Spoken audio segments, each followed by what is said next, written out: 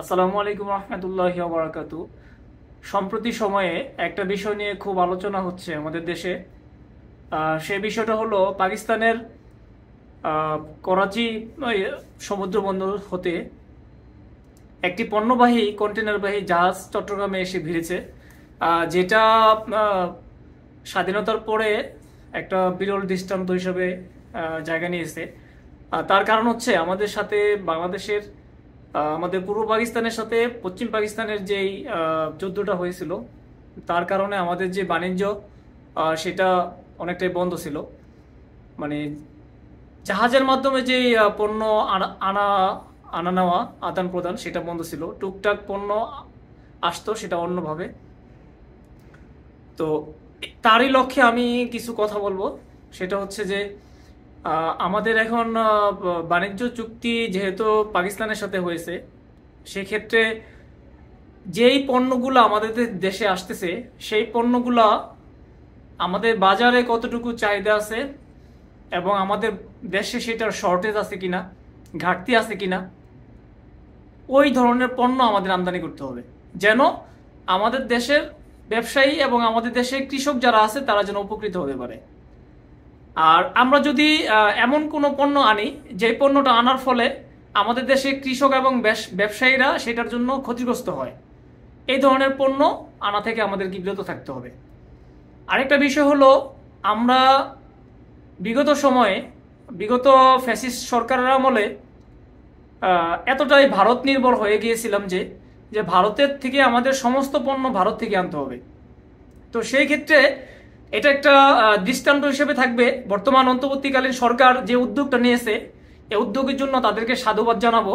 পাশাপাশি তাদেরকে একটা পরামর্শ দিব, সেটা হলো যেন যেই পণ্যের চাহিদা বাংলাদেশে বেশি এবং পাকিস্তানে সেটা অ্যাভেলেবল আছে এবং সেটা কম শুল্কে আনা যাবে, আমদানি করা যাবে এবং বাংলাদেশের বাজারে সেটা মানুষের চাহিদা মিটাবে এবং মানুষ স্বল্প ব্যয়ে সেই চাহিদা মিটাতে পারবে, এই ধরনের পণ্য আনতে হবে। এবং পাশাপাশি আমাদের দেশ থেকে যে পণ্যগুলো পাকিস্তানে চাহিদা আছে, বিশেষ করে আমাদের গার্মেন্ট শিল্পের যে শার্ট, পাকিস্তানে খুব বেশি চাহিদা, শার্টের খুব চাহিদা। তো সেই ক্ষেত্রে আমাদের গার্মেন্ট শিল্পকে তাদের কাছে তুলে ধরতে হবে এবং তাদের দেশে আমাদের গার্মেন্টসের যে পণ্যগুলো আছে সেটা রপ্তানি করতে হবে। পাশাপাশি আমাদের কৃষি পণ্যের যদি কোনো কিছু থেকে থাকে, বিশেষ করে আমরা তো ইলিশ মাছ রপ্তানি করি অন্যান্য দেশে, বিশেষ করে পার্শ্ববর্তী ভারতে আমরা প্রচুর ইলিশ মাছ রপ্তানি করি। সেই ক্ষেত্রে আমরা যদি পাকিস্তানে ইলিশ মাছ এবং চিংড়ি মাছ রপ্তানি করতে পারি এবং আমাদের দেশের যে আমাদের দেশে যে প্রচুর পরিমাণে আম হয়, পাকিস্তানে কিন্তু আমের খুব চাহিদা। তো সেই ক্ষেত্রে আমরা যদি পাকিস্তানে আম রপ্তানি করতে পারি তাহলে আমাদের দেশের অর্থনীতিটা চাঙ্গা হবে, আমাদের অর্থনীতিতে অনেক ধরনের বড় ধরনের একটা অগ্রগতি হবে।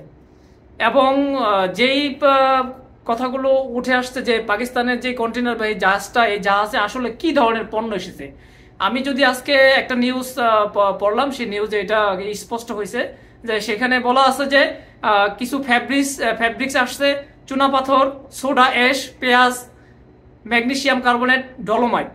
তো এই পণ্যগুলো যদি বাংলাদেশের বাজারে ঘাটতি থেকে থাকে, আমাদের দেশে উৎপাদন না হয়, সেই ক্ষেত্রে এই পণ্যগুলো আমাদের দেশে আমদানি করা যেতে পারে। আর এই পণ্যগুলো যদি আমাদের দেশে অ্যাভেলেবেল থাকে তাহলে আমাদের ব্যবসায়ীরা ক্ষতিগ্রস্ত হবে। তো এই জন্য আমরা যেটা দেখতেছি যে এই পণ্যগুলো আমাদের দেশে তেমন একটা নেই। বিশেষ করে যেমন এখন পেঁয়াজের যেই শর্টেজটা দেখা যাচ্ছে, এই চুনাপাথর, সোডা অ্যাশ, এগুলো কিন্তু আমাদের দেশের পণ্য না। তো এই দেশের যেহেতু পণ্য না, সেক্ষেত্রে এগুলো আমদানি করা যেতে পারে। আর পেঁয়াজের যেহেতু আমাদের দেশে এখন অনেক দাম, সেই ক্ষেত্রে পেঁয়াজটা আমদানি করা যেতে পারে। এই ক্ষেত্রে ভারত নির্ভর না হয়ে অবশ্যই পাকিস্তানের সাথে বাণিজ্য চুক্তি বাড়াতে হবে, যদি তারা আমাদেরকে শুল্ক কমে পণ্য আমদানি করতে সহায়তা করে। কারণ ভারত অধিক শুল্কে আমাদেরকে পণ্য দিত, তারা একচেটিয়া বিজনেস করে গেছে।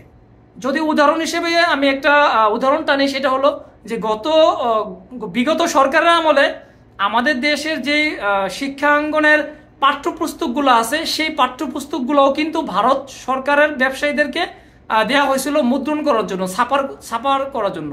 অথচ আমাদের দেশে কিন্তু অনেক উন্নত মানের ছাপাখানা আছে, মুদ্রণ প্রকাশনা আছে, কিন্তু তাদেরকে এমনভাবেই বিজনেসগুলো দিয়ে দেওয়া হয়েছিল যেটা আমাদের দেশের ব্যবসায়ীদেরকে অনেক ক্ষতিগ্রস্ত করেছে। তো সেই জন্য বলবো এটা একটা উজ্জ্বল দৃষ্টান্ত, এবং আমাদের সাথে অন্যান্য দেশের ভারত নির্ভর না হয়ে অন্যান্য যেই দেশ থেকে পণ্য আমদানি করা যায়, সেটা স্থলপথে হোক, সমুদ্রপথে হোক বা বিমানপথে হোক, যেভাবে হোক অন্য দেশের উপর, অন্য দেশ থেকে, এক দেশের নির্ভরতা থেকে অন্য দেশের উপরে ধাবিত হতে হবে। বিভিন্ন দেশ থেকে আমাদের পণ্য আমদানি করতে হবে। তাতে করে আমাদের কি হবে, যারা আমাদের উপরে বেশি থেকে বেশি শুল্ক আরোপ করতেছে তারা সেটাকে চ্যালেঞ্জিং হিসাবে নিবে, এবং নতুন দেশ থেকে যখন আমরা পণ্য আমদানি করব তারাও চিন্তা করবে যে আমাদেরকে বাজারকে, আমাদের মার্কেট ধরে রাখতে হবে, সেজন্য তারা আমাদেরকে শুল্ক কমে পণ্য রপ্তানি করবে। তো এটা নিয়ে হয়তোবা যারা আমাদের সাথে বিগত সময়ে বিভিন্নভাবে ঠকিয়েছে তাদের কিছু মানে তাদের জ্বলে উঠতে পারে, তারা প্রতিহিংসা পরায়ণ হয়ে যেতে পারে। সেই ক্ষেত্রেও সজাগ দৃষ্টি রাখতে হবে। সবচেয়ে বড় বিষয় হলো আমরা এমন পণ্য আনবো যেই পণ্য আমাদের দেশে অ্যাভেলেবেল না, আমাদের দেশের চাহিদা আছে কিন্তু আমরা উৎপাদন করতে সক্ষম না, এবং আমরা এমন কিছু রপ্তানি করব যেই পণ্যটা আমাদের দেশে অ্যাভেলেবেল, যেটা রপ্তানি করার ফলে আমাদের দেশের অর্থনীতি বেগবান হবে, চাঙ্গা হবে। এই আশাবাদ ব্যক্ত করেই আমি আমার এই কথা শেষ করছি। আসসালামু আলাইকুম।